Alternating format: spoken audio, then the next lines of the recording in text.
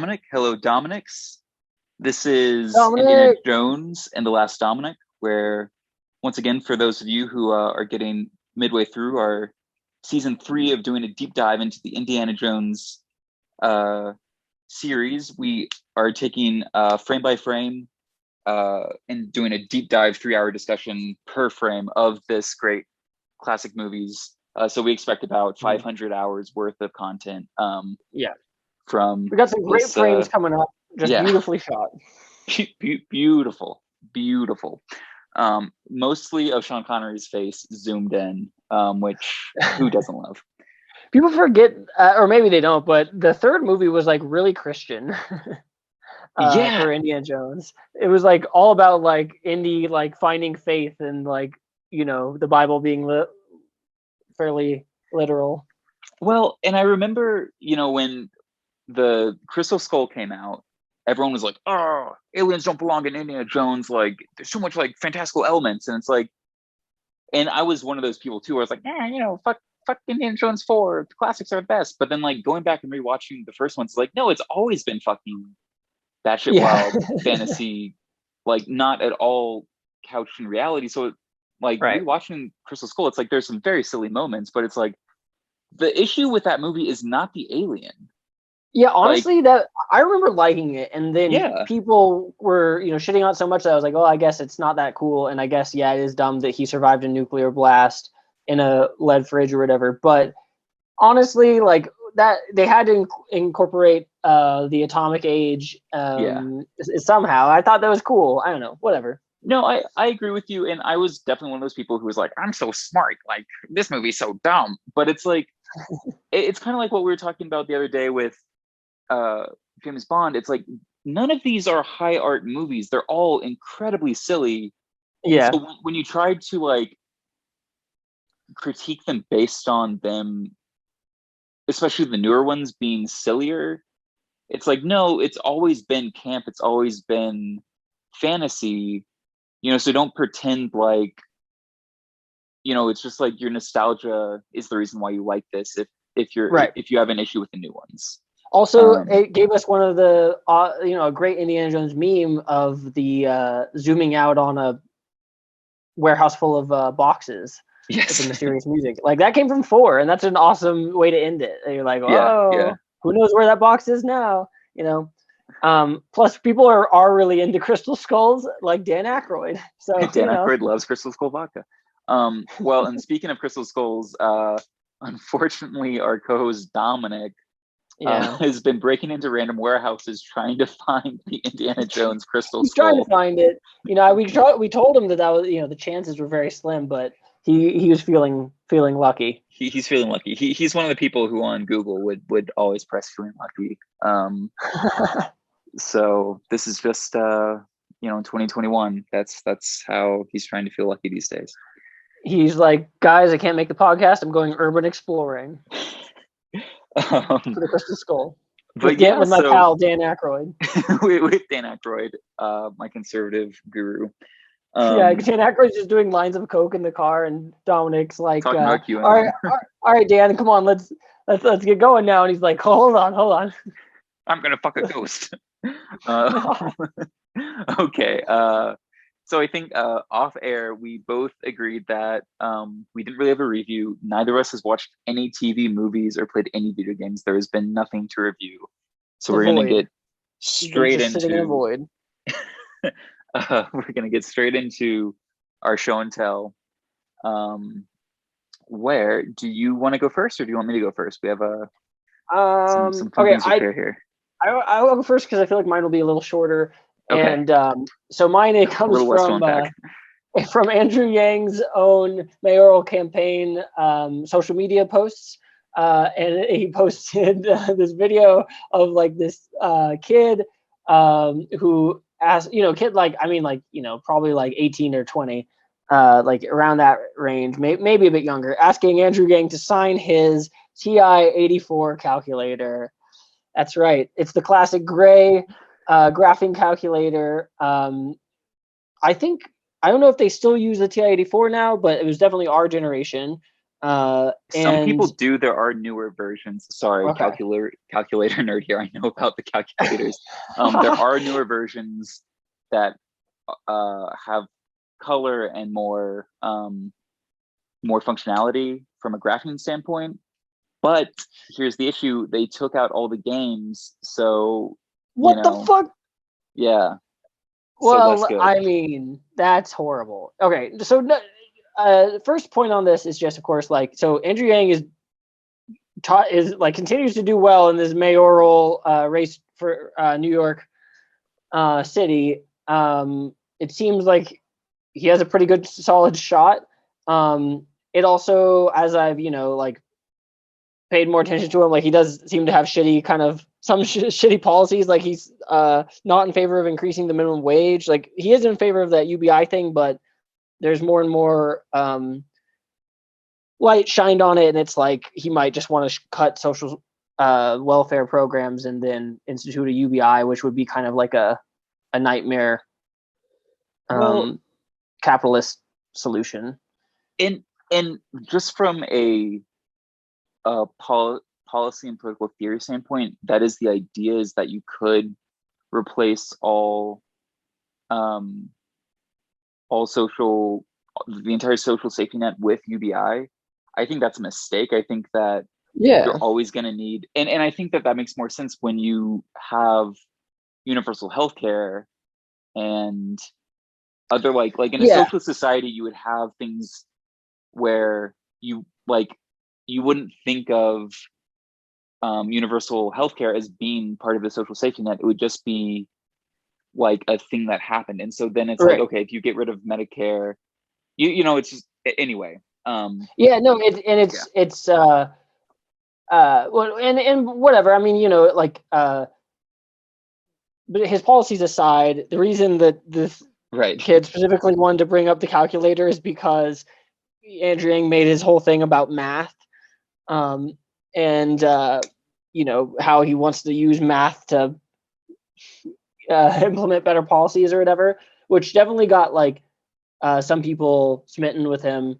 But I think that it possibly would be one of the cringiest things you could possibly own is a TI-84 calculator signed by Andrew Yang. Yeah. If I was sitting next to you in the SAT and you pull out a TI-84, pulled that shit out. Yeah. I mean, I'm not in zero other circumstances I'm a snitch, but in that circumstance I would raise my hand and be like, this guy wrote the answers on his calculator, needs to be taken out. It's Andrew Yang's signature. I'm just such a fan. I actually have one thought that is kind of related to the review, and it's kind of getting to the explosion of fanboys over billionaires. And I think Andrew Yang has the king of this, if you want to call it that, is of course his muskiness himself, the elongated muskrat.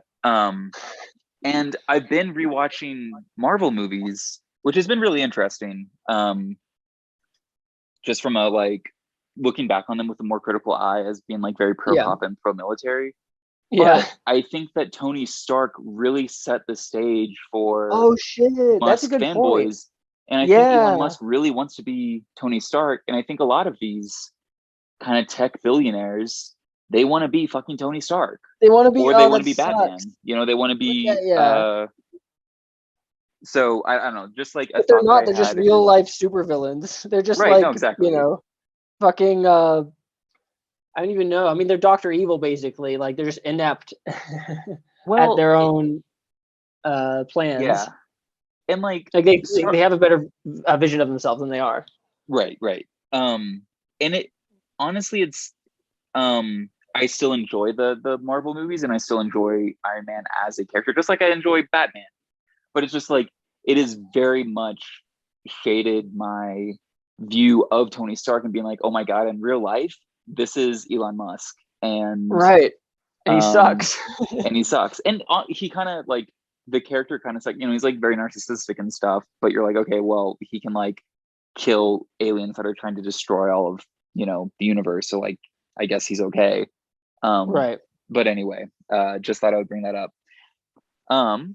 Anyway, so yeah, yeah. I just was like, this is like the dumbest fucking. I just anyone who could possibly own a calculator, and there are people in the comments being like, "Name your price, sir. I will buy that calculator from you." And it's like, no. Oh my god. Yeah. But on the bright side, though, that guy pretty much has a pass to sleep with anyone he wants, because all he has to do is say, "Hey, I have a TI-84 calculator signed by Andrew Yang. Yeah. Let's have sex." And that's 100% pickup line success rate, right men, there. Women, non-binary people, angels, everybody devils. else. Like, I'm dropping my pants, and just like if an adult has a signed calculator by Andrew Yang as a bi person, I'm ready to hit that shit. All right, next up we got. All right, one sec. Let me remind myself where I found this. Right, I'm excited to talk about this one, and we have not verified its truthiness, but I mean the picture exists, so it had to come from somewhere. This comes from a Instagram account called On a Downward Spiral, which my notion of it is that it takes cringy shit from the internet, like generally people's posts and stuff, that they post unironically, and then they share it. Right, yeah. And so a lot of it is kind of like the cringy influencer stuff, stuff like that. But then this little gym came up the other day, and it is a Facebook post from Mike Oxmall's Guns and Ammo, and presumably a reseller of guns and ammo. But the profile picture of this is a guy holding a gun standing in front of a Confederate flag. And the caption says, "We are now selling homemade #Trump toys for that special lady in your life. Open paren, all caps, not for men, close paren. #Trump 2024, #Trump 2024 landslide, #Trump 2037, Trump is my president, Trump 2024 to save America." And then the picture. The picture is multicolored. We got pink, orange, purple, yellowish, and gray dildos with Trump's head as the head of the penis, and like a shitty suction cup. Like, it's not even a suction cup. And then like a single vein. This? Well, and that's the thing. And that's like, I've seen other jokes of stuff where I think there are actual dildos that are like, have like a character's head as the head of the Jesus penis. Dildos. And it's just like, why would you, as someone who enjoys dildos, I don't understand why as a dildo connoisseur. Right, like, I'm not saying this as someone who like doesn't want to put things in my butt. Yeah. But like, I don't understand this specific thing. And even if it's like there was like a sexy character that like I've shipped or something, I wouldn't want like to have his head or their head, her head in whatever hole. Right. So just let me clarify that for you really, really quick here, because it sounds like that these are meant exclusively for vaginas. Well, that's true. And I'm sure if I was a cis woman, as Mikey dictated, and as you know, if you write in all caps in a Facebook post, people have to do what you say. Yeah. That's maybe if I was a cis woman, then I would understand. But also I love the fact that like there's a fear that,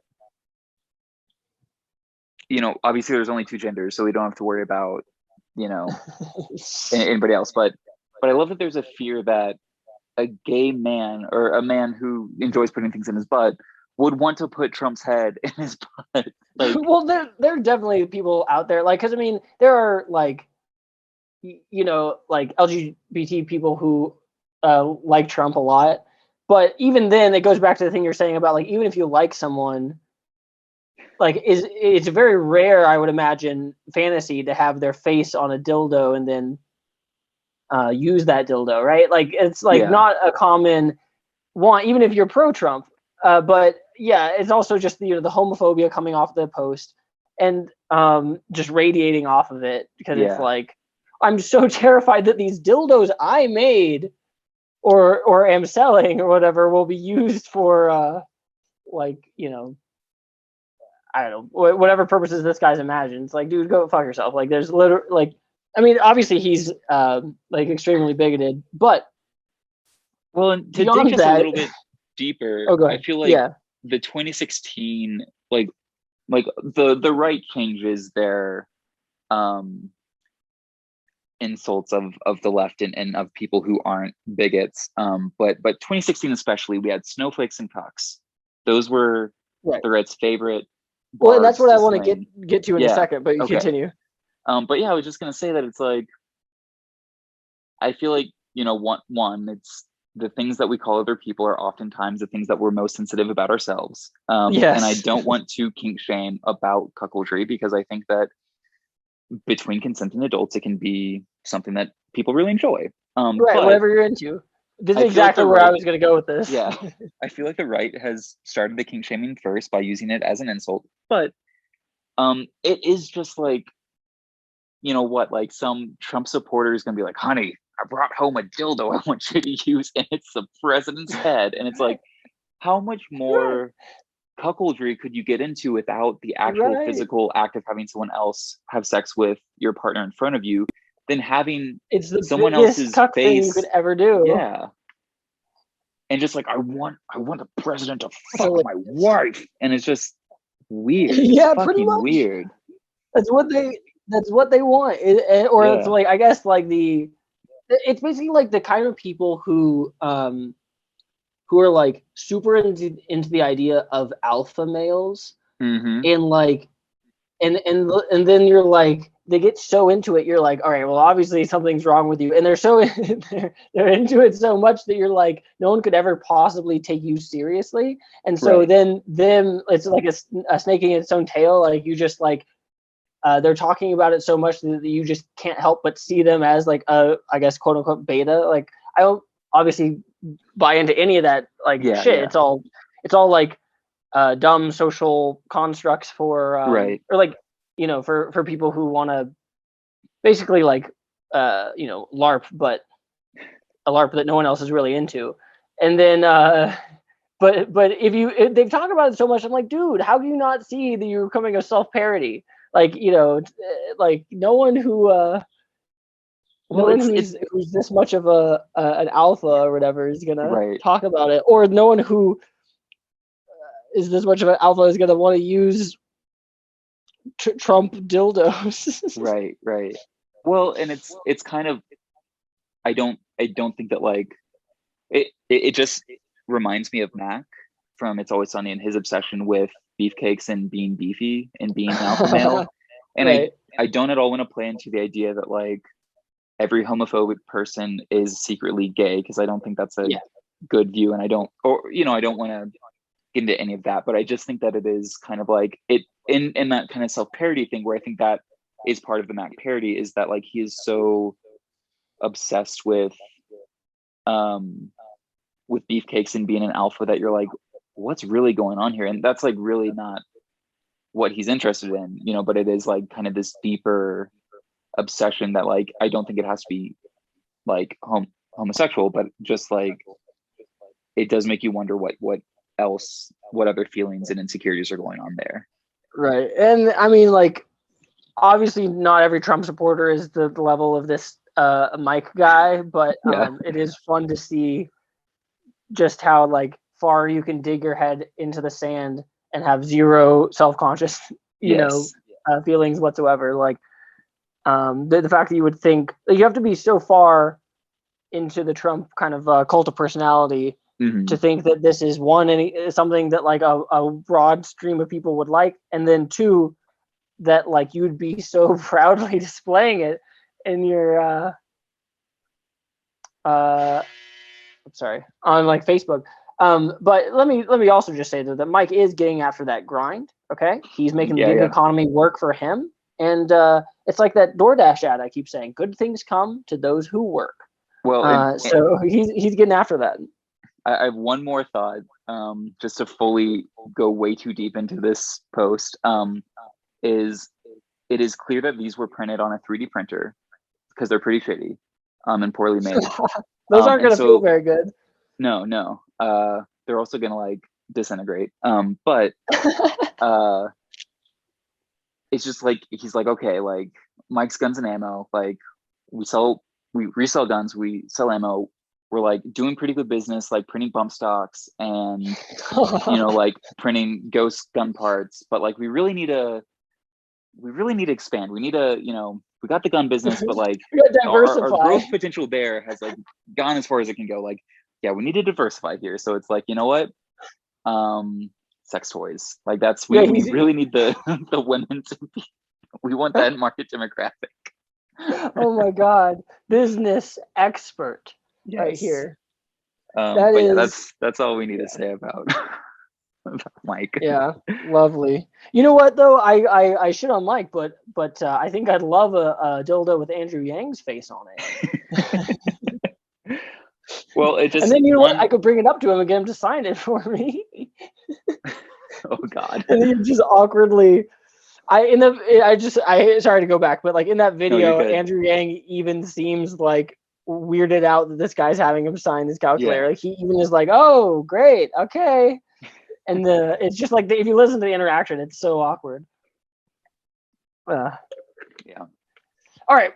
Well, good shows and tells. Yes. Our topic today, which we did not. Oh, actually, before we get to the topic, let's do a quick shout out to our number one fan. Oh, yes. Because we got our first comment on our episode 18, Fallout New Vegas Down Foamable Content. And it is from a gentleman named DS Kim.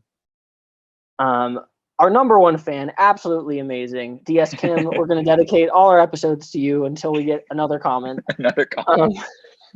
And you, DS Kim, are a fucking hero. You're the real MVP. He's a good guitar player. Yeah. And very verbose. His comment is massive and half in Korean.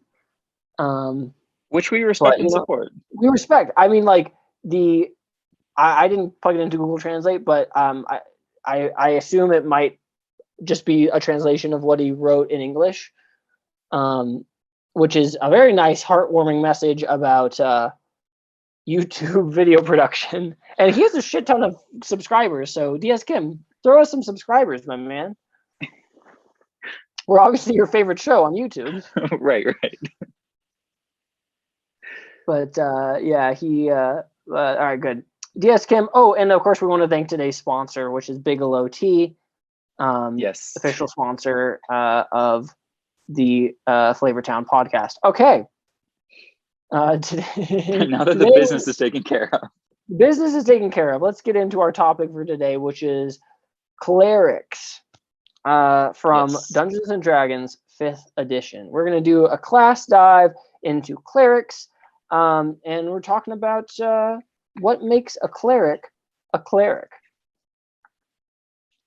What's your what's on the outset? Your overall ideas about the cleric? So just like to begin with, my first thought is this is just a paladin who has a little bit more magic. Right. And less armor. A little bit. And less armor. Yeah, so I mean they are different, but I think one of the things we kind of mentioned off air is I think they're interesting. I think they're fun flavor for campaigns. I've thought about if I was going to run a cleric, how I would run them, but I've never been that interested in running a cleric. And part of that is they tend to be more lawful, and I tend to play more chaotic. But I mean, there are some, there's the devotion of trickery. So there are ways to play them, but yeah, I think of them more as like being interesting flavor for NPCs, but not a class that I've ever been particularly interested in having a whole character that I'm devoted to. So for me, clerics are kind of, they take up a weird space in D&D just because of the freight of their history in the game, right? So D&D is, of course, a game that is always evolving, and each kind of generation kind of encapsulates the kind of that kind of era of gamers, right? So including when it comes to like social justice norms, like if you go back to the 70s and 80s and like first edition and AD&D were really popular.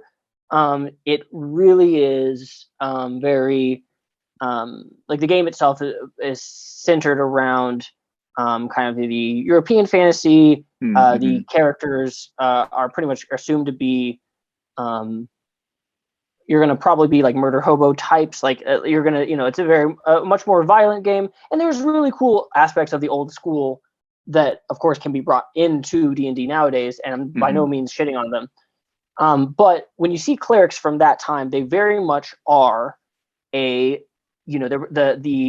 Christian monk, right? Like that, the friar, that type of idea, where they are a healer who's brought in to the party to heal, but they have this very lawful, as you said, allegiance to a deity, and it's almost always depicted in terms of either they're a good cleric and they look like a Christian, monk from our own history, or an evil cleric and they look like a cultist. Right. And those are kind of the two kind of archetypes you see. And a fun fact is that Gary Gygax actually did not include clerics in his original like D&D manuscripts. It was added by a friend. Oh, interesting.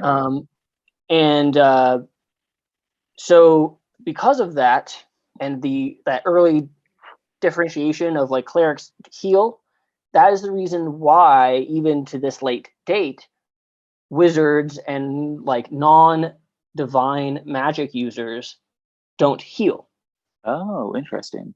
And there was a tweet from, I forget the guy, but one of the game designers who presumably will be like, he's one of the lead game designers on 5th edition, presumably will be a part of 6th edition if that, whatever that comes out in years or so. But tweeting about, hey, I think wizards should be able to heal. Yeah. Fight me is like what the tweet said, right?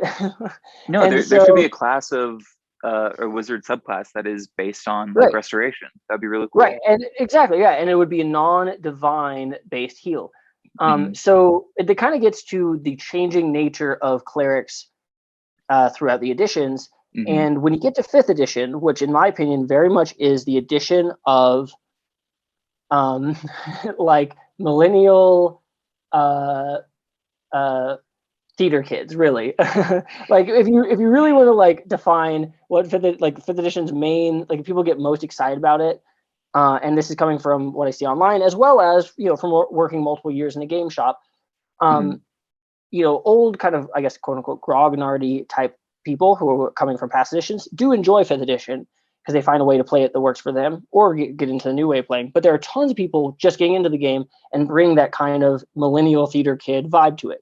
So we're seeing tons more characters who are like, a lot more representation of different cultures, of different sexualities, of different gender norms. And with that, we've kind of, in my opinion, seen the De-Christianization of the cleric. Yeah. So fewer and fewer people, and this is of course all anecdotal, but are playing the Christian monk type, where you're like a friar, you're gonna walk around, you're gonna like be like, oh, you guys can't have sex or whatever the fuck, and there are like still aspects to that, like there's a ceremony or whatever that spell is, which allows like clerics to marry people and to do like ceremonies and funerals. But I think that oftentimes when people play clerics, they're not playing that like fusty religious archetype. So what does the cleric look like in this new world, and what kind of narrative space does it occupy, especially if we're heading toward a future where the wizard might be able to heal? So like you mentioned, for example, there's like the Trickery Domain. There's a bunch of different newer domains that kind of create something that's doesn't very much feel like a healer, just feels like a caster. But there's there is a differentiation there between a caster who knows magic from books or whatever, right, versus one who gets it from a god, which is of course the domain of the cleric, pun intended. And that's one of the things I really appreciate about 5th edition is that it's great for flavor, where you have, clerics, druids, bards, sorcerers, and wizards, and they all are basically magic users, right? But their magic depends on where it's from, and so I think that creates like interesting conflicts, and it's something I'm trying to incorporate into my game you're gonna be running, into my game that I'm running. Yeah, where it's like, how would a cleric view a sorcerer? How would a cleric view a wizard? And then like exactly, like the different. And so I think that's like why I love that there are these classes that like can fill similar roles and have similar powers, but it really adds this like these layers, and I think that's what's really exciting about it. Yeah. So sorry, I interrupted you. No, you didn't. And that's exactly what I'm talking about here, because the classes don't exist in a void. They by the rules as written imply certain things about a D&D world, right? So like it's very difficult to change that without drastically changing the classes. So when it comes to clerics, you have the question of their gods, how important their god is to them, what what does it look like when they're getting magic from their god? What does the type of magic they get say about their god? And this is a lot of stuff I think that, and again, all this is anecdotal, but can sometimes, especially in like Adventures League play, so like where you're just showing up, can get forgotten, right? Because if you make a cleric because of the stats, right? If you make it because you really need this, you want the certain combination of spells, there is a tendency to like you might forget about your god or whatever. But I think if you really want to bring across a cleric, you should probably, like, your god needs to be important to you, but it doesn't need to be like Game of Thrones, the god of light or whatever, where like flipping out and burning people at the stake. It could be like a trickster god where you bring through that god, but it's not like a crusade type thing, like the Khajiit, or not the Tabaxi have they have in their like lore, their god is like called the Cat Lord, and it's like no one knows what the Cat Lord looks like, and the Cat Lord like wanders through the world, and there's like it basically is like a mischievous kind of god. Nice. And they have like legends, right, of like what the Cat Lord has done. But there's no like, this is what the Cat Lord looks like. So like their god is not like a big giant entity sitting on a throne. It's like just like a hooded person walking amongst the world, right? And so like I imagine like a trickster cleric could very much incorporate that. I imagine, and to use the Game of Thrones reference, keep coming. The the changing faces people? What are they called? That Arya gets. They're the faceless men. It's the strangers. I mean, the cool thing about that one is that they say that like their temple is filled with different statues because every religion has that god. Basically it's just like the faceless god or something. It's been a while since I've seen it. Yeah. So it's like, well, they're the faceless men, and then but the god is named different things based on the different religion. So it's like one of those gods. It's like every religion has it, and I don't know. I just think that's very cool that like they incorporate. Right. And that's a really good example of like a cleric. You could play that as a cleric, right? Like a trickster cleric, where you're doing like all disguise self and all these different spells. but like you're not necessarily trying to convert people to your religion. You know, you're not necessarily a Mormon. So because that's not what your God cares about. Exactly. So anyway, so clerics are very different. I guess, do you want to talk about? Well, first let's just mention their normal class features, and then we can talk about their different domains. But and I actually have a question for you about domains as a DM, which we can get to when we get to the domain.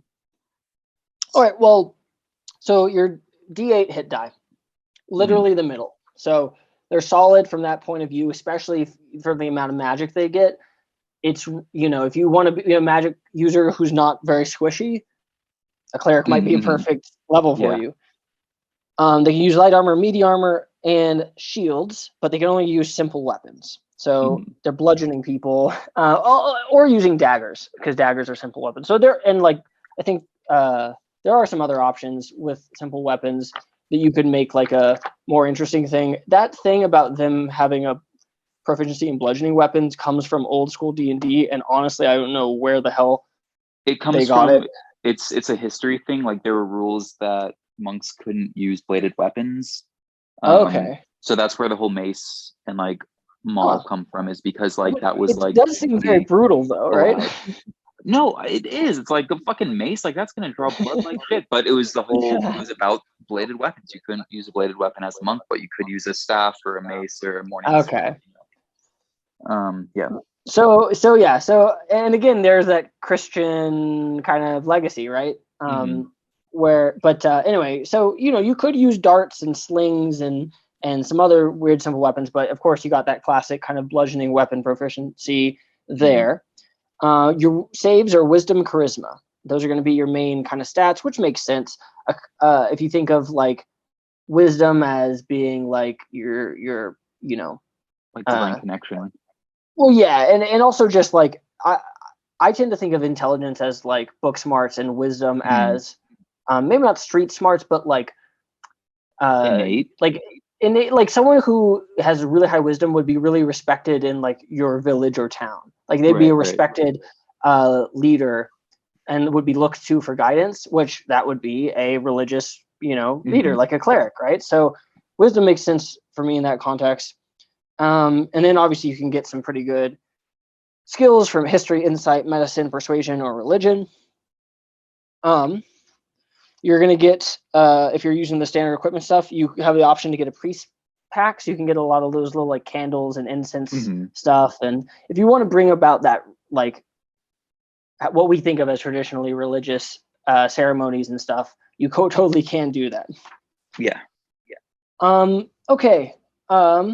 So you of course do get spell casting through your wisdom. You have to prepare spells, and then the entire list of cleric spells are available for you to cast based on your level, right? So unlike a wizard or someone who has to find, well, wizards also just get spells, but you know, who can find spells and learn them, the clerics just are like, what do I want to pray for today? The way you prepare them is you go into prayer and like ask your God for guidance or whatever the hell. So I like that. It makes like narrative sense. And then everyone is going to, of course, get the Channel Divinity. Channel Divinity is just their generic way of saying like calling upon your specific god, whatever that may look like. Everyone gets the turn undead because clerics have that history of being the anti-undead class. But you also get more Channel Divinities based on whatever specific domain you take. So what was your question on domains? Yeah, so I know that different gods will have different domains. So it's like Thor will be a tempest, like Apollo would be life.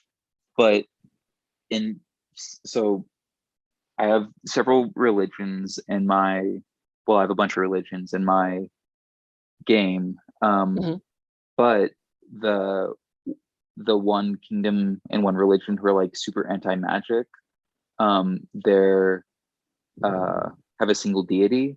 And I'm wondering if you could have clerics who pray to a single deity, but they pray to different things. So like different like aspects of that deity or something. yeah, so like could you like there's one god, but like the god could like you would could you have clerics praying to the same god but for different aspects? So it's like they're all praying to the same one, but you still have clerics of the knowledge domain or of the life domain or of the war domain praying to the same god but different aspects. Or like Yeah. could I do like saints or something? Like I'm just wondering if that is Ooh. kind of like Okay, well, I love the idea of saints. I honestly, it's up to you, right? You're the cool, DM, okay. so like yeah. when you're world building, you can decide. The question of monotheism is always a weird one to tackle in a D&D world because gods make their presence provable, so it kind of like gets to a weird thing. So you have to kind of figure out like it's basically like you can't really have like monotheists who believe there is only one true god, but you can have ones who think that like their god should be the only one people worship. So like kind of like a god supremacist group or something. Well, where they're like, go ahead. Thinking about them doing it is that like okay, like your other gods, like there may be other beings of incredible power, but they're not true gods, and ours is the only like true god, quote unquote. Who's like the one creator who created everything else, and so therefore that's how they're gonna be like that too. seeing it, and why they can be like supremacist about it, where it's like fine, like there are other gods we know, but our god created your god, so fuck you, right? Our god made your god, and that could even be like when their people are trying to convert non-forcibly, like when they're trying to be persuasive, they'd be like, no, you don't understand, like your god is real. It's just that our god made your god, so you should worship our god.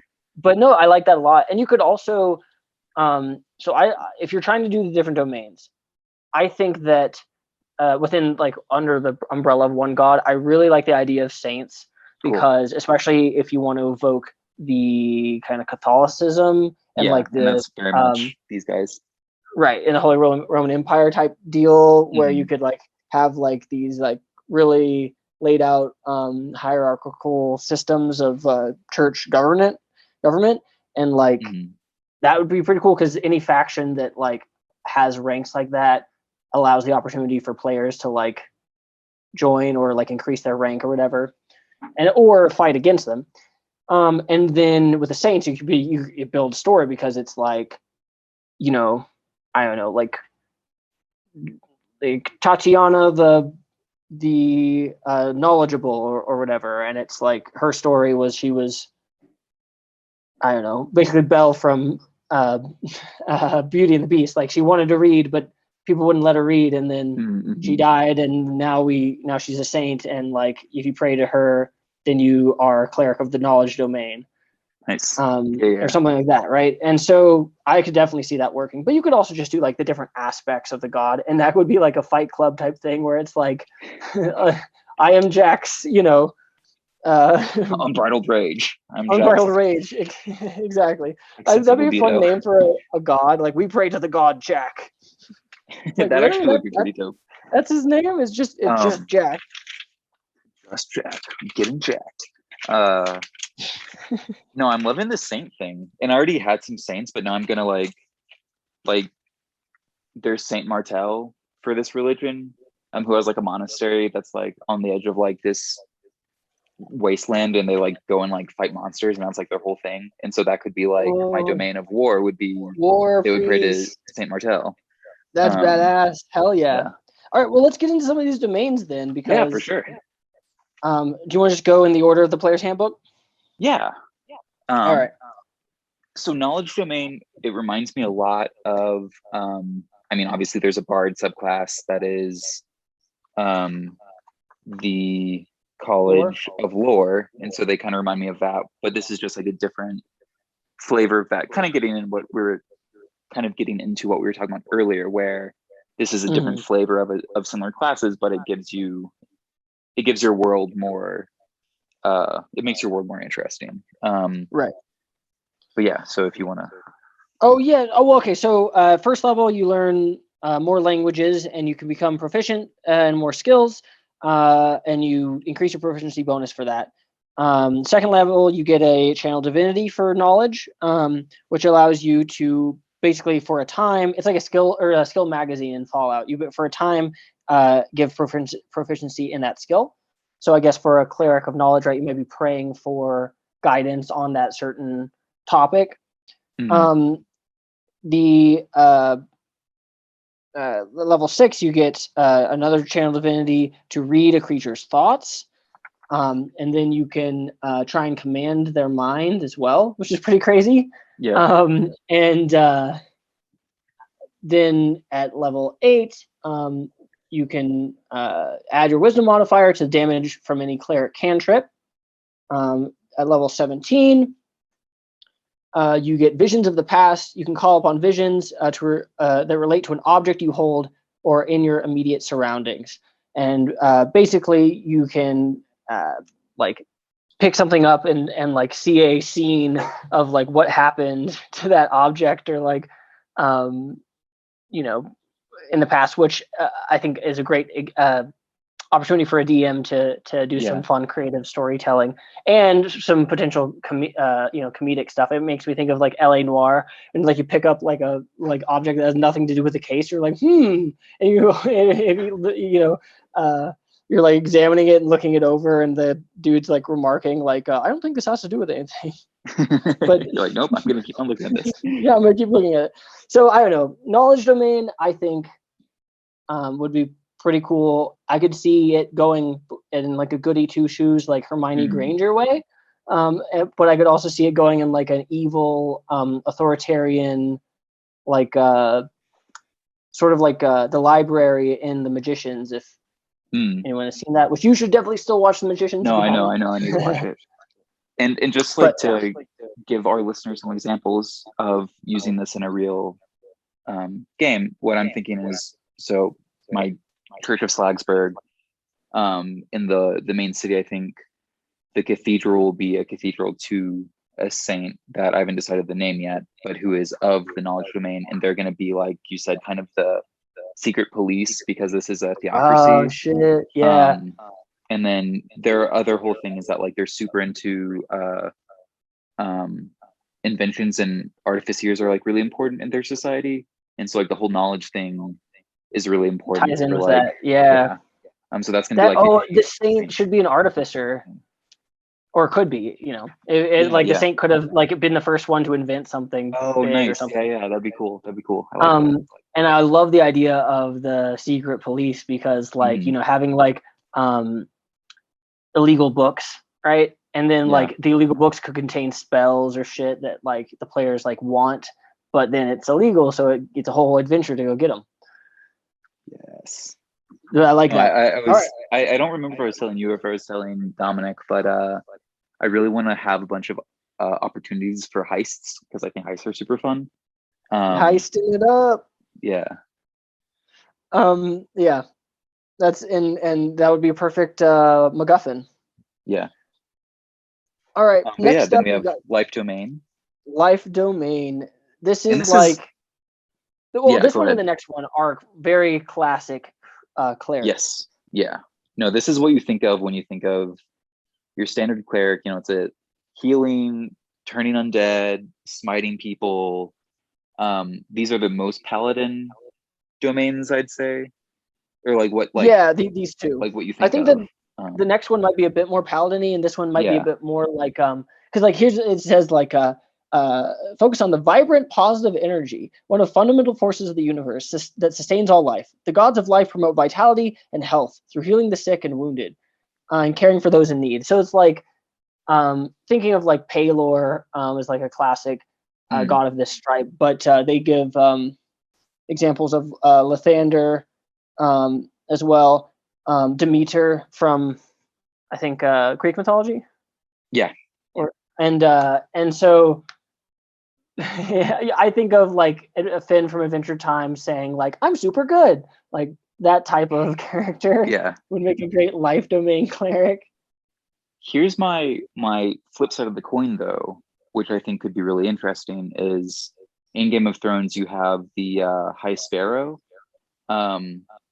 And so his whole thing is like, oh, we need to like, help the poor and stuff. But then that like breeds this fanaticism that's like he gets all the people on his side and they're against the monarchy, and that's kind of right. how I want in my world, where life domain, it's going to be like there aren't any like big churches in like the world. He doesn't care about life domain clerics, but like that's what all the people want, because it's like, oh, they like feed us and like heal us. Yeah, they help us. But then suddenly you got the faith militant. Yeah, you have the faith militant, and then it's like there could be like a schism where, because like they're like, no, like we need to help the poor, and like we can't keep on taking advantage of them and like forcing them to work in factories and shit. And then so that will like have an internal like you can kind of have it like they are like super like nice and stuff, but then you can have that go farther where it's like, you know, well, if we're really gonna be practicing our vows, and like we have to take this to the next level. Right. Yeah. That is a really good storyline to follow, and you're right. Like, you know, anything could be like, even at the most, like, you know, on its face good seeming domain, you can still have like, you can inject some drama there. Right. You can have two sides and kind of see both arguments. In terms of what they get, they first level makes your healing spells heal more. Second level, you get a channel of divinity. You present your holy symbol and restore a number of hit points equal to 5 times your cleric level, spread amongst the people within like a 30 feet bubble. As you can already tell, this is basically like the in like World of Warcraft style, like we need a healer, like someone roll up a life domain. And in fact, I overheard when I was working at the game shop, like an Adventurers League table that basically was like, before they began, they were like, well, someone's got to be a life cleric. So, and they like basically drew straws, and then the kid who had to be the life cleric kept coming up and buying like candy and energy drinks from me, and was like, oh, God, I got to play the cleric this game. And so it does, I think, like, I always want to fight against that sentiment that like you need a healer, like a dedicated healer or something. And I think if you have a very adversarial DM, or like if you play maybe some of the adventurers rules as written where they're pretty tough fights, it might, you know, kind of require this type of thing. So that does kind of suck, but there are really cool ways you can play it. It's by no means a boring class. 6th level, you get Blessed Healer. When you cast a spell first level higher that restores hit points to other creatures, you regain hit points equal to 2 plus the spell's level. So it kind of heals you too. 8th level, you get your first offensive thing with Divine Strike. You infuse your weapon strikes with Divine Energy, gives an extra 1d8 radiant damage, which radiant damage is really good for some specific scenarios, especially against in like Descent into Avernus when you're like battling devils and shit, or you know, any type of divine holy war, or like the planar holy war stuff. If you play any of that, clerics are kind of important. And then 17, you get Supreme Healer. You would, when you would normally roll 1 or more dice, you instead roll the highest number possible for each dice. So basically, like if you're restoring 2d6 hit points, you always restore 12, like that type of thing. Yeah. And that's at 17th level, so it's like a super fucking good ability. Yeah. But yeah, you know, the life domain is like the I need heals type of cleric. What's your take on the on like a heal bot mentality?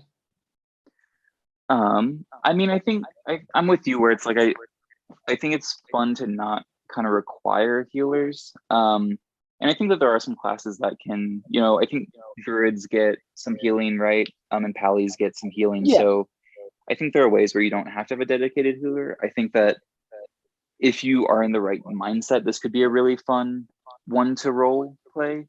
And I think it would also be fun to role play as like, you know, it's like, okay, like I'm a cleric of life, so like I really want to heal, but I have ADHD and my life stuff kind of blends into the nature domain, so I'm like always wandering off to like look at heals and shit. And then so it's just like a hippie. Yeah, so like my party's like dying, and then I'm over here just like healing a little rabbit, you know. And that's like, hilarious. Yeah. You find like a wounded creature on your travels, and the cleric spends all their spell slots healing this creature back to full health, and then they're like, all right, let's keep going. You're like, God damn it. or like during fights you have to like stand in a corner with like your hands over your eyes because you're like, even if it's evil, I can't see it get hurt. So like, right, yeah. I'm gonna pretend this isn't happening.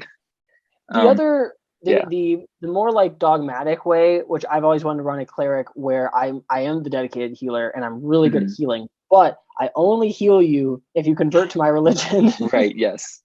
So I'm just No, I like think constantly badgering people about like, and I'm basically like, you know, instilling guilt in them, like if they do any wrong action. I don't know, it might get boring to play or tedious, but would be funny. I think again, it's one of those things where it's like it's most fun when you really go deep into the role play and you have your character and you are dedicated to playing how your character would play. And part of that though is that you have to create characters that you are gonna enjoy playing. So Yeah, you that can you'll stick enjoy with. playing and that work well with the party too, because Yeah. as long as it's like a cast, because like a motley crew actually makes a great party, like where you're not stepping on each other's toes narratively, but you don't want it to be like to the point where it doesn't make sense why they're even hanging out or you know, where it's like a dysfunctional relationship. Like But you I can't think have a clerics, chaotic evil warlock with a cleric. Like there has to be some kind of narrative. yeah. Or if you do, then it has to be like, okay, they're brothers who like love each other, but there It is does a reality show. Two conflict. brothers. Well, one's a cleric and one's a warlock. Let's find out what their life. I'd watch that. And it's like a sitcom. Actually, would be better with Yeah. like laugh tracks. Like, did you turn our landlord into a zombie again? No. Canned laughter. All right. Next up, we got the light domain. This is the one we were talking about as being the most paladin y, and it very Lots much of just smites. says that it's gods of light, Helm, Lathander, Foltus, Branchala, the Silver Flame, Apollo. Um, using a symbol of the sun itself often, and are sentinels whose eyes pierce every shadow and see through every deception. So a light domain a cleric, you know, you're going to be maybe like going a little bit Inquisitor style, where you're like seeking out the darkness in order to banish it. You get the light cantrip if you don't already have it, of course. You get access to some more fire spells, including Fireball and Wall of Flame, Flame Strike. So if I was DMing or if I was playing this, I'd probably just ask my DM like, hey, whenever I'm casting these spells, can it be like a holy fire where it's like, you know, white light or whatever, instead of just like straight up burning flames? But basically that's just, you know, 5th edition. I think they wanted to cut down this as much as possible in terms of like spell numbers. So you get Warding Flare, which you can use as a reaction to give disadvantage, basically flashbang. Nice. Flashbang out. Channel Divinity. You can present your holy symbol and dispel magical darkness and make people make con saves or take radiant damage. You improve your flare at 6th level. Add your wisdom modifier to your damage at 8th level. And then at 17, you get Corona of Light, which you can use your action to activate an aura of sunlight that lasts for 1 minute. It emits bright light in 60-foot radius and dim in a 30-foot beyond that. And the enemies have disadvantage on saves against your spells and that deal radiant damage. So basically, you just activate it before a battle, and everyone's like holding their hand over their eyes and like, God, I can't see. And then they just, you know, take extra damage from your shit. I think there is a way, I know it's weird, but to play Gandalf as a light domain cleric rather than a wizard. No, I actually really like that. And also I want to say I think that there's a way to play Gandalf as a bard, because a lot of the magic that Gandalf uses is and Sauron, it's really their voices and their words that like and I think, you know, when Gandalf casts out Theoden being possessed by Saruman, I think that's a mix of light and voice. So I think that I really like your idea of Gandalf as a light domain cleric, but I also want to put in that Gandalf could be a bard in there. Yeah, I like that. And speaking of Lord of the Rings wizards, we have next what might be a good fit for a Radagast the Brown. Yes. Which is the nature domain for clerics. Yes. So gods of nature. Now this does, in my opinion, kind of step on the toes a little bit of druids. Yes, they're pretty similar to druids. Yeah. Right. And it's like, yes, there is a difference, I guess, if a cleric is getting this power from a god versus nature itself. Right. From nature itself. But a god of nature is going to be like the embodiment of nature, right? So it's like hard to distinguish. The way that I kind of see this as like a that might be a cool way to do it is like thinking of gods of nature as being kind of like the archfey, like these entities of super untold power, right? But they live in the forest or they live in the Feywild or whatever, and they'd like go like they're like the part of like the court of the forest or whatever. And so a nature domain cleric might be less of a like fan of nature and more just like someone who's like an agent of one of the forces that are trying to vie for control of the forest. So I'm imagining here like the Mushroom Kingdom is going to war with the I don't know, the sentient bumblebees or whatever the fuck. Right. And it's like inside the forest there's this whole like political tapestry that's being woven between these forces, and like gods maybe take sides, and then a cleric of this domain might be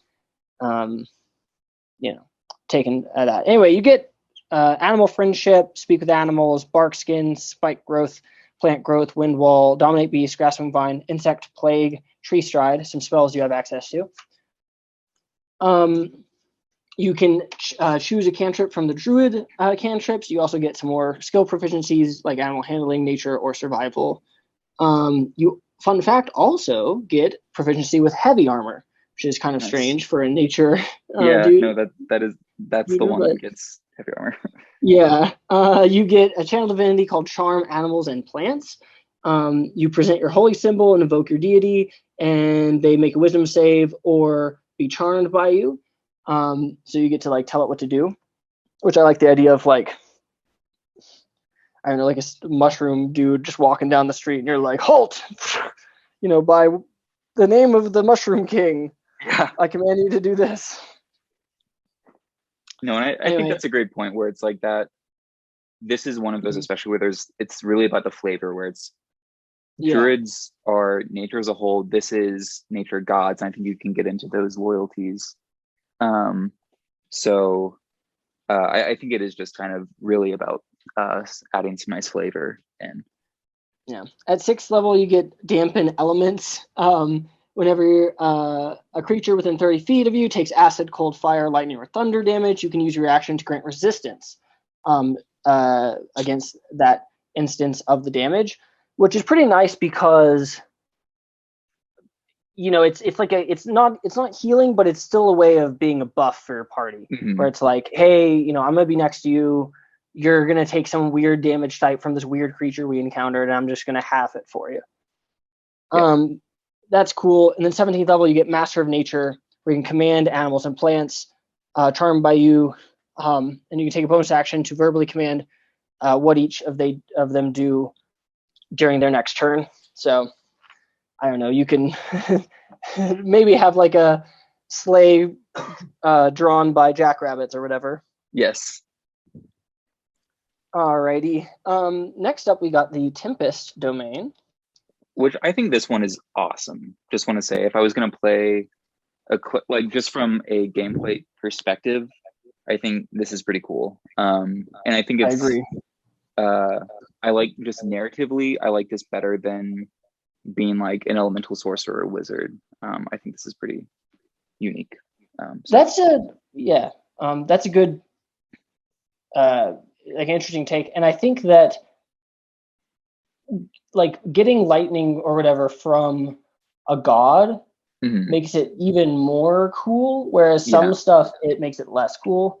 I feel like, but like I don't know, maybe it's that whole like Thor thing, but it feels very like natural that like a god might be like, I give you the blessings of lightning. Yeah.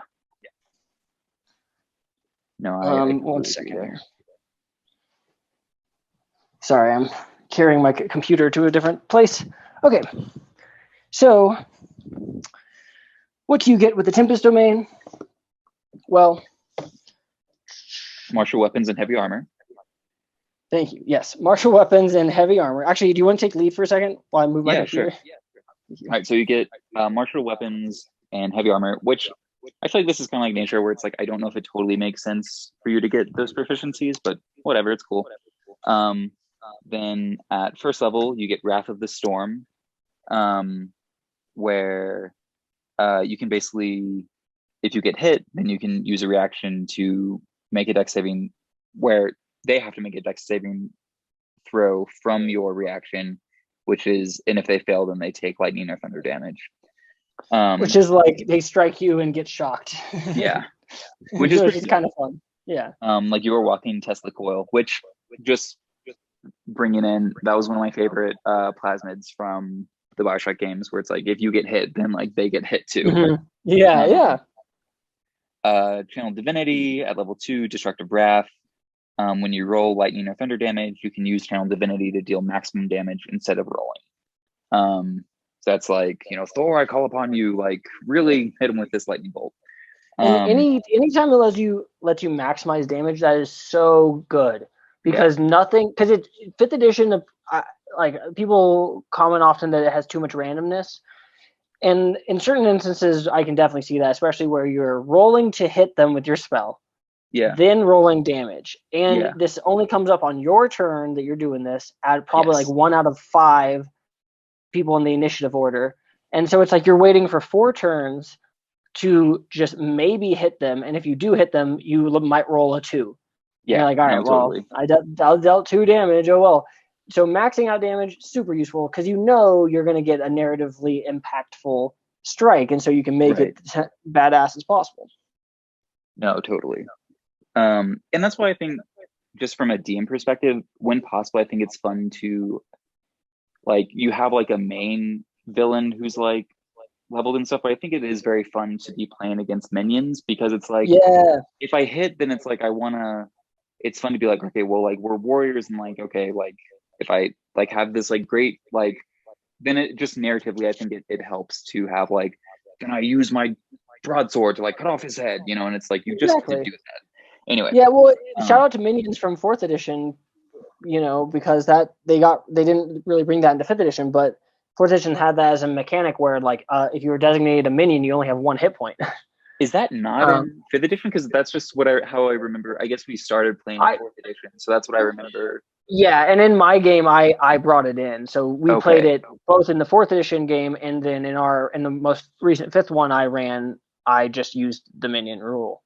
I might steal that, because I definitely you don't want to have too many, but I think it is fun to be like, magic missile, and then I take out like 4 dudes at once. Like it just makes you feel powerful without being overpowered. And honestly, it's important as a DM too, because if you don't want an encounter to be overly hard or to take forever, then you can't put too many enemies unless they're minions. If you want to have like a big bad guy and his crew, if you put like a big bad guy and like 6 dudes, that encounter is going to take 2 hours. Right. If they're all fully statted. But if they're minions, you can just be like, Pshoo! You did. Exactly. So then 6th level, they get Thunderbolt Strike, deal lightning damage to a larger, smaller creature. You can push it 10 feet away from you, which I feel like being able to push things, that's a useful. Push them off a ledge. And that's Warlock. You can really synergize your Eldritch Blast to like get a whole bunch of cool secondary effects along with damage. And I think pushing is just a useful thing to be able to do. LDBs. That's what I call it. Level 8, Divine Strike. You can infuse your weapon with divine energy, which is pretty fucking cool. Yeah, but that's the same. I think it's the same thing. It's just like everyone gets a different type of energy. Yeah. No, So that's true. That's true. Right, because they it get is super resist useful, thunder but damage. I just think it is like a cool, like from a narrative perspective, it's like I summon lightning to my sword, or I summon, oh hell yeah, whatever, like whatever thing it is. I think that's always like lightning and a thunder. pretty cool. And then their 17th level is Stormborn, where you have flying speed equal to your current walking speed whenever you're not underground or indoors. Yeah, you just get to fucking fly around. Which is a little, I feel like flying is a little OP in any once game. you're 17th level, it's yeah. No, I mean, a cartoon. No, totally. But yeah, just being able to like fly is just like, okay. All right, so that brings us to the Trickery Domain, which I feel like I really like that this is included because one, I like playing chaotic characters, and two, I think it is a little bit against type, and it gives a shout out to parts of the pantheon where a lot of religions have pantheons with ethically shady gods. Yeah, it's cool that you can have clerics who are devotees to these who aren't just like warlocks or cultists or something, but like right, because there is a difference between worshiping or getting your power from like a demon or the Cthulhu or whatever, versus a member of the pantheon, like a Loki type, like the disliked brother of one of the main gods, who's like still a god and like they want to make amends, but also they keep doing messed up stuff. Right. Well, I'm not drawing from mythology though. I'm drawing from Marvel movies. So no, I mean Loki is the. I mean, I think you got like Loki is the god of mischief. You also have Hel, who's like more death, but I think you can get into that. And then it's like Egyptian set kind of plays into there. I think it's but just as an example where it doesn't have to be evil, Mercury and fucking who's Mercury in the Greek pantheon? I always have the Romans at the top of my head. I don't know. Oh, is it the wing? The messenger god? Yeah. Yeah. Fuck. Hold on. It starts with an A, doesn't it? Or no? No. Fuck. 1 sec. Wow. Don't tell me. I'm so embarrassed. Hermes. Hermes. Yes. Thank you.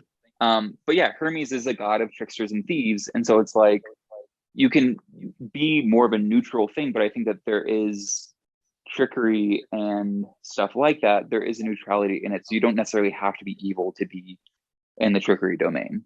Was my point with that? Yeah, no, I see that for sure. I mean, you can just be a prankster. Yeah. You just be really into April Fools. Eric Andre is a cleric of the trickery domain. And he worships Elron Hoyabimbe, the black version of Elron Hubbard. But yeah, so they get Blessing of the Trickster at level 1. If you touch a willing creature, then you can give it disadvantage on dex checks. Then at 2, at level 2, invoke Duplicity, where you can use Channel Divinity to create an illusionary duplicate of yourself, which is pretty cool. You can make it a perfect illusion. Which is just always fun to be able to. Makes me think of Total Recall, since I saw that recently. Oh, nice. When he makes the little hologram copy of himself, and tricks people. Which, I mean, like, the best getaway you can do is just like have them arrest the duplicate, right? So right. Pretty fun. Chase the duplicate, yeah. Arrest the duplicate. Their channel Divinity is Cloak of Shadows. At level 6 they get Cloak of Shadows, where you become invisible until the end of your turn, and then you become visible if you attack or cast a spell. But invisibility is always useful, and then people get disadvantage if you attack from invisibility or being hidden, which is very useful. Level 8, their Divine Strike infuses your weapon with poison. Again, useful to be able to have a little bit extra oomph on your attack. And then 17th is improved duplicity, where you can create 4 duplicates of yourself, which is really fucking cool. Just be like, yeah, shadow clone jutsu. Yeah, so that. And you can have a very autosexual circle jerk if you want. Hey, all about that. Just clerics, having a little bit of fun with themselves. And then we got the last one in the main player's guide is the war domain, which they get at first level proficiency in martial weapons and heavy armor. I feel like that makes a lot of sense to me, unlike some like, okay. And then, which that's pretty badass, because like you can make a pretty cool character with like the double two-handed weapon, fully armored out. You look like a freaking warrior, but you also cast a shit ton of cool spells, and you like pray to a war god. I don't know, it just comes together nicely. Yeah. I think that is a cool, again, narratively, I think that's very interesting, where it's like, we shall spill blood today to like bring honor to our god. I just think it, again, it just like adds nice flavor and like gives your universe and your world a cool feeling to it. But at first level, they get War Priest, where when you use the attack action, you can make one weapon attack as a bonus action. And then you can use this feature a number of times equal to your wisdom modifier. So that's also, again, like you said, like being guaranteed damage is very useful. Getting to hit multiple times is also very useful. Yeah. It's like a conditional extra attack, right? But you get it at first level, and like honestly, like number of rounds in a all right. So you're like what, wisdom at the highest on a stat array character. You for wisdom you might have like a +3. So like 3 times per long rest, you get to double attack. Not bad for first level character. Yeah, seriously. Yeah, and especially if you have a two-handed weapon, and you're using a martial weapon, then that's really good. At level 2, you get Guided Strike, where if you use your Channel Divinity, you get supernatural accuracy. When you make an attack roll, you can use Channel Divinity to gain +10 bonus on the roll. Yeah, which is fucking, that's really fucking good. Yeah. It's basically like an auto hit. Right, I was about to say, it's almost a guaranteed hit unless you roll shit, or have someone who has like really good fucking armor or whatever. Level 6, or God's Blessing, Channel Divinity. A creature within 30 feet of you, when a creature within 30 feet of you makes an attack roll, you use a reaction to grant that creature a 10% bonus to that roll. Which again, that's kind of like helping your party members also get those hits. So again, like you said, it's kind of fun when you get to buff other characters, because that means that you are being support, even if it's not healing, which is pretty cool. Level 8, you get Divine Strike, and there, 1 second, reading this. You can cause the attack to deal an extra 1d8 damage of the same type dealt by the weapon to the target. So they don't have, I guess, special type of damage. Yeah, it's like instead of poison or fire or electricity, you just like, I deal more piercing damage or more bludgeoning, which is fine. It's just like, typically those aren't the types of damages that creatures have a weakness to. Right.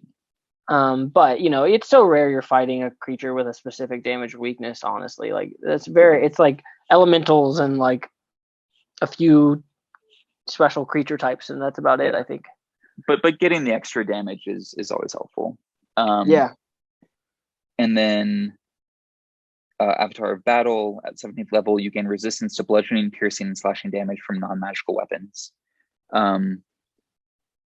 So yeah, that's just, I mean, I'm a huge fan of simplistic rules. I think that like 5th edition, even in its, because people say it's very slimmed down, is too rules heavy. Yeah. And rules like this I love because it's like nice and simple. Boom. You're taking half damage from non-magic normal weapons. Right. You know, and it's just like, cool, I'm super tough. It makes sense. Right. And so to me, I know that like 17th level, like basically it's like I almost feel like that one isn't as good as a rule for 17th level. I know it's crazy, but like I feel like you could have gotten that one maybe lower, but I guess whatever. I'm fine with that, and it's just like it sucks you have to wait till 17th level to get it, but it's still it's a cool ability. I think fighters get something similar earlier, but yeah, that's the war cleric. War clerics, yeah. So that is our rundown of clerics, which I think, again, great way to flavor your game. Don't rely too heavily on making your players have healers, or think outside the box on how you play clerics and utilize clerics, I guess, is probably something we want you to take away from this. Yeah, so clerics, it's one of those like, it's a class that has so much packed into it. Mm-hmm. It's so hard to decide like, you know, what they're going to be like or what they look like in your world. Mm-hmm. But it's really all in the how you play it, like you're saying. It's all in if you can fit them into the world role play wise, or if they feel like if they feel bland, it might just because you're playing them like a wizard or something, and not doing enough casting. I think then in the DMG there's the Oathbreaker subclass for paladins who go against their god. Oh, cool. And and it's like it's basically like an evil paladin, but it's like if your paladin breaks their oath, then they lose all of their whatever subtype abilities, but they gain the Oathbreaker subtype. Cool. I feel like there should be one for a cleric, and I don't know if there is. There's like Death Domain or something, but okay. I was just thinking it would be really fun to play a cleric that has conflicts of faith, where like there are times when like they can't use any of their cleric abilities because they're like, I don't know if my god exists, or like I'm pissed off that my god didn't like save my wife, you know. So it's like using their mace, but like not able to, you know, because it's like, and I feel like that's like you said, where it's like people forget about who they're playing. It's like if you're a warlock, you need to like have your deal with your patron, and you need to be like integrating that into your play. Just like cleric, it's like you have to be a devotee of your god, and if you're not, then you don't get to use your powers. And so it's fun to incorporate those things. The worst is a cleric player who doesn't remember the name of their god. That's like it's like it just takes you out. Now I've played with a cleric player who he was really nice. He was awesome, like as a person, and was very skilled at the game, very technically minded, and knew all the rules, like for other people as well as his own character. And played a very powerful cleric. I believe he was a life cleric, so he was all healing. But like was not very much into the role play, and so like would basically be like, I forget what god it was. We'll just say Paylor, but he'd just be like he'd be like you know, I quickly cast Bless on these people. That's going to give you a D4. You can add it for the next 10 minutes into this, whatever. And then the DM would be like, all right, cool. Like, what do you do as you cast it? And he'd be like, I say, praise Paylor, or so, you know, whatever. And so it's just like, and he was just like, kind of didn't want to go in too much to the role play of it. And I feel like with other classes that's not a problem at all. Like if someone's a battle master fighter, and they're very just want to do the technical, like they just want to describe just the rules of what's happening in the battle. It doesn't really harm the narrative, but for whatever reason, for me, for clerics, it kind of like takes me out because they're like, you know, I don't know. Yeah, it's just like I want to see just a little bit of role play there. Right. Yeah. It's like you want to have the story. And I think it could be funny if like, or it's like there are ways to kind of work into your character. It's like, you know, I don't know, I think there are ways to work in like, you know, I don't know the name of the gun. I just know the sound it makes when it takes a man's life.